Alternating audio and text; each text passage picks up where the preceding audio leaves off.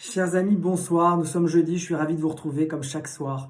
Merci de votre fidélité et merci des nombreuses questions que vous me posez. Cette petite bulle de fraîcheur devient un véritable rendez-vous et ça, c'est grâce à vous.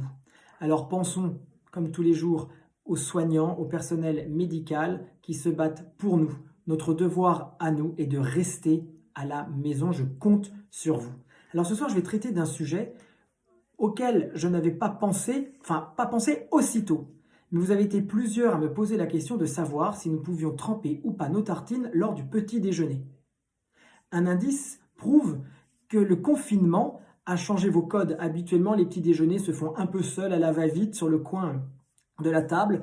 Et bien pendant cette période où on se recentre sur nous-mêmes, où nous partageons des moments familiaux, le petit déjeuner est devenu un moment d'observation. Enfin, tout au moins, c'est ce que vous m'avez dit. C'est un véritable sport national en France. Il y a les experts du trempage de tartines. Alors moi, je vous arrête tout de suite. On ne trempe pas sa tartine le matin. Les enfants qui m'écoutez, vous allez interdire à vos parents, s'ils le font, de le faire. Et vous allez tout de suite arrêter aussi cette pratique. Tartines, viennoiseries, gâteaux secs. Vous avez bien vu, au moment où ils arrivent dans ce liquide qu'est le chocolat, le café ou le thé, ils changent de forme. Souvent, ils s'échouent au fond de votre mug. Le beurre se transforme en taches huileuses comme des yeux qui vous observent. C'est sympa, hein? Il y a une explication. La tradition veut que le petit déjeuner soit un moment de convivialité, de douceur pour justement commencer la journée dans de bonnes conditions. Mais je vous entends, vous qui aimez tremper.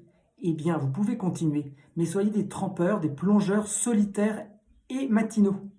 Je ne veux plus voir ça à une table où vous êtes plusieurs. Et il y a une explication un peu plus scientifique. Pourquoi ne pas tremper? Eh bien, c'est simple. Les aliments commencent leur transformation lorsqu'ils arrivent dans notre bouche.